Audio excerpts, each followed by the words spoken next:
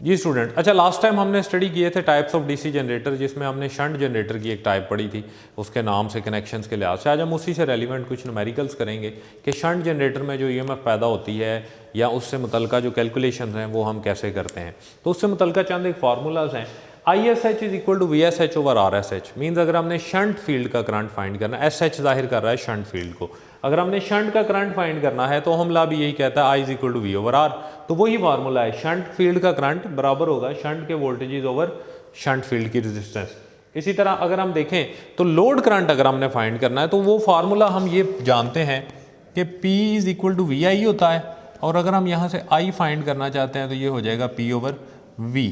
Same यही formula हमने यहाँ यूज़ किया है। क्या किया? W मीन्स वॉटेज, तो जो लोड के वॉटेज है, लोड की पावर है ओवर लोड के वोल्टेजेस। ईएमएफ की बात करें तो हम ये चीज़ देखते हैं कि जो आर्मेचर में ईएमएफ पैदा होती है वो दो चीज़ों में डिवाइड हो जाती है। एक आर्मेचर के अंदर जो वोल्टेज ड्रॉप होते हैं और फिर जो हमें ब्रशेस पर वोल्टेजेस मिल रहे होते हैं।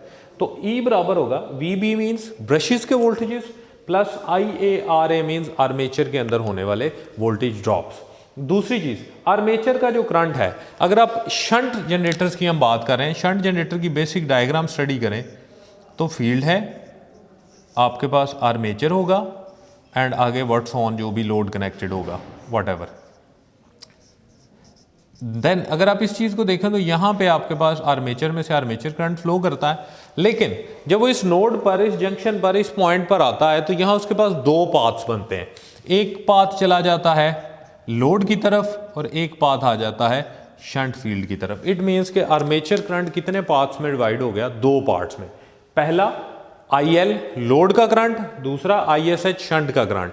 तो जब हम दोनों को जमा करेंगे तो हमें आर्मेचर करंट मिलेगी। तो आर्मेचर करंट का फार्मूला हो गया IL load current plus ISH shunt field का करंट। सेम इसी तरह अगर आप वोल्टेजेस की बात करें तो ये शंट के क्रॉस वोल्टेजेस, यहाँ हमें ब्रशेस के क्रॉस जो वोल्टेजेस मिलते हैं वो, और यहाँ हमें जो आपके लोड वोल्टेजेस हैं वो।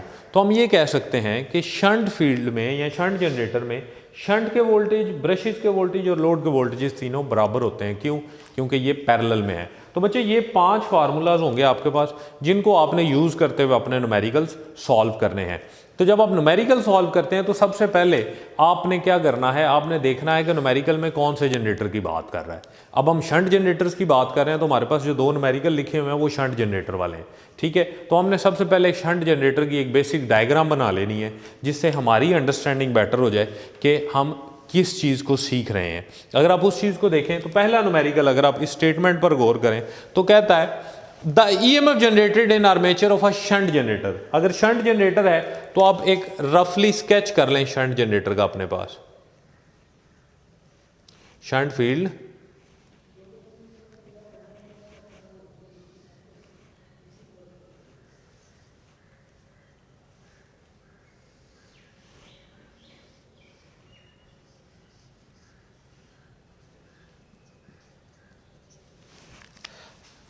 गिवन डाटा में आपके पास सबसे पहले जो उसने चीज़ दी हुई है वो कह रहा है जी EMF जो पैदा हो रही है वो है 625 वोल्ट्स, कि जो पैदा होने वाली EMF है वो 625 वोल्ट्स है। Delivering its full load current of 400 ampere. Full load current, load current को हम किससे जाहिर करते हैं? IL से, और वो है 400 एम्पेयर्स। इट मीन्स कि इस पॉइंट पर जो करंट फ्लो कर रहा है IL is equal to 400 amperes. The field current 6 amperes. अब हमने देखा था कि इस पॉइंट पर यहाँ से जो करंट फ्लो करती है वो होती है IA, इस पॉइंट पर दो पार्ट्स में डिवाइड होती है IL, और इस पॉइंट पर जो आपके पास डिवीजन होती है वो होती है ISH। ये है आपके पास 6 एम्पेयर्स। तो ISH शंट फील्ड का करंट आपके पास कितना हो गया? 6 ampere. And the armature resistance is 0.06 ohm. Armature की resistance RA will be equal to 0.06 ohm.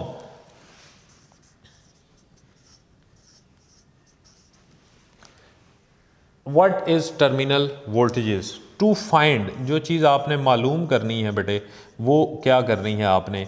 VT बराबर किसके होगा, ये चीज़ आपने फाइंड करनी है। अब एक चीज़ मैंने आपको बताई है कि शंट फील्ड की अगर हम बात करते हैं तो जो VSH होंगे, ठीक है, इस पॉइंट पर मिलने वाले जो VB हैं, जो ब्रशेस के क्रॉस वोल्टेजेस हैं वो, और फिर इस पॉइंट पर जो वोल्टेजेस आपको मिलते हैं जिन्हें हम VT कहते हैं, टर्मिनल वोल्टेजेस, वो तीनों आपस में क्या होते हैं, बराबर होते हैं। तो आपने एक छोटी सी स्टेटमेंट लिखनी है कि इन शंट जनरेटर्स में क्या होता है कि VSH बराबर होता है VB के, वही बराबर होता है VT के। ये तीनों चीज़ें बराबर हैं। अब आपने एक जो फार्मूला यूज़ करना है वो देखें कि आपके पास VB इस फार्मूले में आ रहा है जिसमें EMF गिवन है, ये फार्मूला, इस फार्मूले को यूज़ करते हुए आपने अपने जो टर्मिनल वोल्टेजेस हैं वो फाइंड करने हैं। E is equal to VB plus IA RA, और हम देख चुके हैं कि VB किसके इक्वल है, VT के, तो E will be equal to VT plus IA RA, E minus IA RA आपके इक्वल हो जाएगा VT के। तो E माइनस IA RA ये फार्मूला आपके पास बन गया। अब अगर आप इस फार्मूले में देखो बच्चे, तो आपके पास E भी गिवन है, आपके पास ये वैल्यू गिवन है 625 वोल्ट्स, RA की वैल्यू भी गिवन है, IA नहीं है। IA का सिंपल सा फार्मूला आपके पास है, IA is equal to IL plus ISH। IA is equal to load current कितना आपके पास, IL 400 एम्पेयर्स, शंट का करंट कितना आपके पास 6 एम्पेयर, तो IA आपके पास आ जाएगा टोटल 406 एम्पेयर्स। ये आपके पास टोटल आर्मेचर करंट आ गया। अब इसी को आप सॉल्व कर लें तो VT will be equal to E minus IA RA VT, E की वैल्यू 625 माइनस IA की वैल्यू जो है आपके पास वो आई है 406 एम्पेयर और रेजिस्टेंस है 0.06 ओहम्स। VT आपको जो मिलेगा 625 माइनस 24.36, और अगर आप इसको सॉल्व करें तो ये आएगा 600.64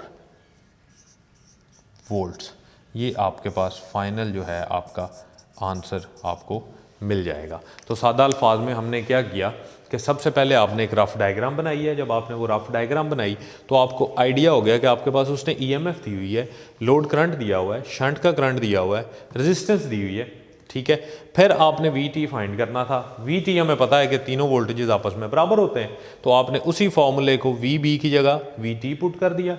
इसको IA RA यहाँ जमा है E वाली साइड पे, क्योंकि जब आप साइड चेंज करते हैं तो उसके साइन के साथ चेंजिंग आ जाती है, तो E minus IA RA VT हो गया। सेम वही चीज़ आपने अब देखा कि आपके पास E भी है, RA भी है, IA नहीं है। IA का फॉर्मूला ये लिखा हुआ आपके पास IL प्लस ISH। आपने वही फार्मूला यूज़ करते हुए आर्मेचर करंट फाइंड किया, आर्मेचर करंट आ गया, आपके पास रेजिस्टेंस ऑलरेडी है, E आपके पास ऑलरेडी है, आपने फार्मूला में सारी वैल्यू पुट की और आपको एग्जैक्ट आंसर मिल गया। अब अगर आप नेक्स्ट न्यूमेरिकल देखो तो नेक्स्ट न्यूमेरिकल में वो जो स्टेटमेंट दे रहा है, the terminal voltage of 150 kilowatt shunt generator, बात फिर से आ गई किसकी, शंट जनरेटर की। तो आप एक रफ स्केच बनाएंगे शंट जनरेटर का।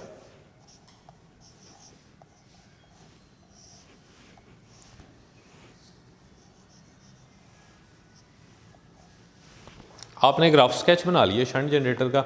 अब वो लोड के वाटेज आपको दे रहा है, ठीक है, कि 150 किलोवाट शंट जनरेटर, लोड के वाटेज आपको उसने दे दिए 150 किलो वाट्स।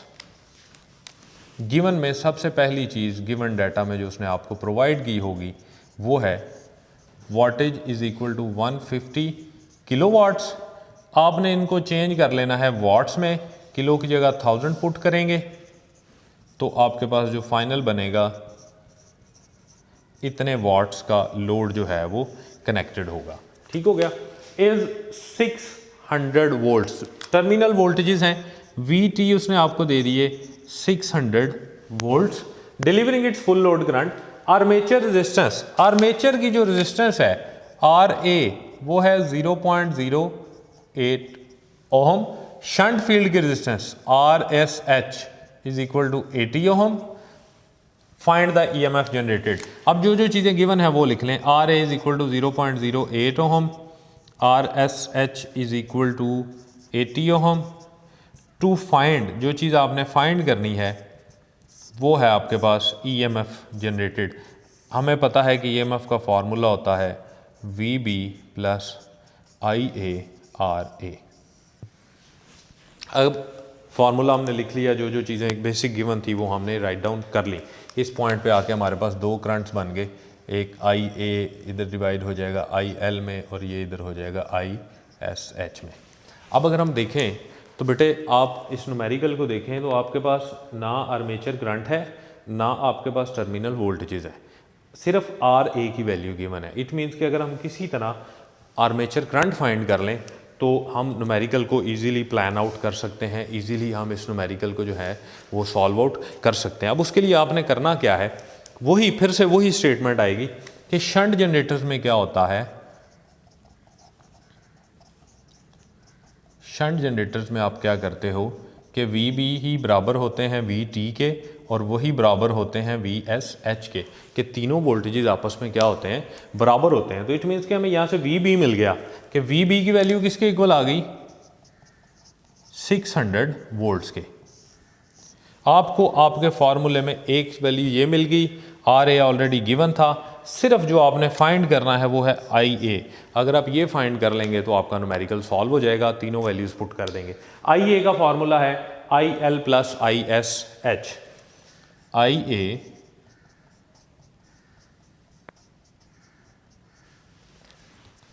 अब ना आपके पास लोड करंट है और ना ही आपके पास शंट की करंट है, दोनों करंट्स आपने फाइंड करनी है। अगर लोड करंट फाइंड करेंगे तो उसका सिंपल सा फार्मूला मैंने उधर लिखा हुआ है, क्या है, I L is equal to W over V L. Voltage आ गया आपके पास 1.5 लाख, और फिर अगर आप वी एल की बात करें तो वी एल क्या होंगे, पैरेलल हैं, तो जो वोल्टेजेस यहाँ हैं वही वोल्टेजेस यहाँ है और वही वोल्टेजेस आपको वहाँ मिलेंगे। तो उसके वो कितने वोल्ट्स आए थे आपके पास, ये देखें 600 वोल्ट्स।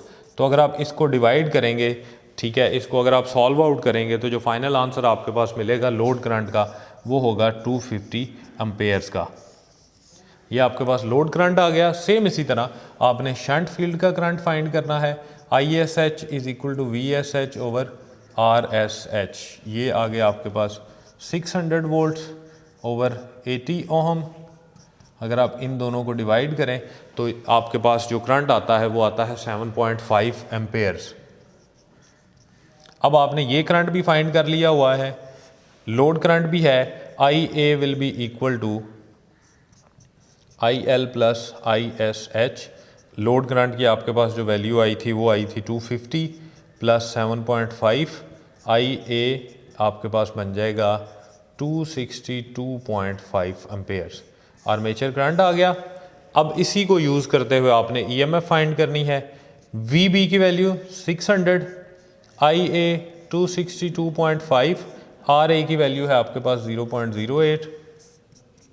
अगर आप इनको सॉल्व करें, इन दोनों को आपस में मल्टीप्लाई करेंगे जब आप, तो ये आपके पास बनेगा 600 प्लस 20.8 समथिंग, कुछ इस तरह वैल्यू आएगी। इन दोनों को अगर आप सॉल्व करेंगे 20.8 या 20.6, और फिर जब आप इन दोनों को आपस में जमा करेंगे तो 620.6 वोल्ट्स की आपके पास ईएमएफ बनेगी। तो ये बेटे clear cut answer. It means कि आपने जब भी इन न्यूमेरिकल्स को सॉल्व करना है आपने एक रफ स्केच बनाना है और जो जो चीज़ें गिवन हैं उनको गिवन डाटा में तरतीब से लिख लेना है। जो फाइंड करनी है वो अलग लिखें। ईएमएफ फाइंड करनी थी तो ईएमएफ का फार्मूला लिख लें। आपको पता चल गया कि आपके पास डाटा में से आर ए गिवन है, बाकी दो चीज़ें नहीं थी, वो आपने सबसे पहले तो वी बी बना लिए क्योंकि पैरेलल है, सारे वोल्टेजेस बराबर होंगे, वो वी बी आ गया। अब आई ए फाइंड करना है तो आई L plus I S H होता है। आपने दोनों करंट्स फाइंड कर ली। लोड करंट का फार्मूला आपके सामने है, वोल्टेज ओवर लोड के वोल्टेज, आपने वो वैल्यूज़ पुट की। शंट करंट का फार्मूला आपके सामने है, शंट के voltage over resistance. Shunt current find की, दोनों करंट्स को ऐड किया, आपके पास आर्मेचर करंट आ गई। आर्मेचर करंट को और रेजिस्टेंस को और वी बी की वैल्यू को आपने इस फार्मूला में लगा दिया, E is equal to V B plus I A R A. दोनों को मल्टीप्लाई करके जमा करेंगे तो आपके पास आंसर आ जाएगा। ठीक है बेटे, बाकी जो असाइनमेंट है वो हम जब डिस्कशन करेंगे तो उसमें हम डिस्कस कर लेंगे कि क्या असाइनमेंट आप लोगों ने कंपाइल करके बना के सबमिट करवानी है। ठीक है, नेक्स्ट लेक्चर तक के लिए खुदा हाफिज़ and thank you so very much.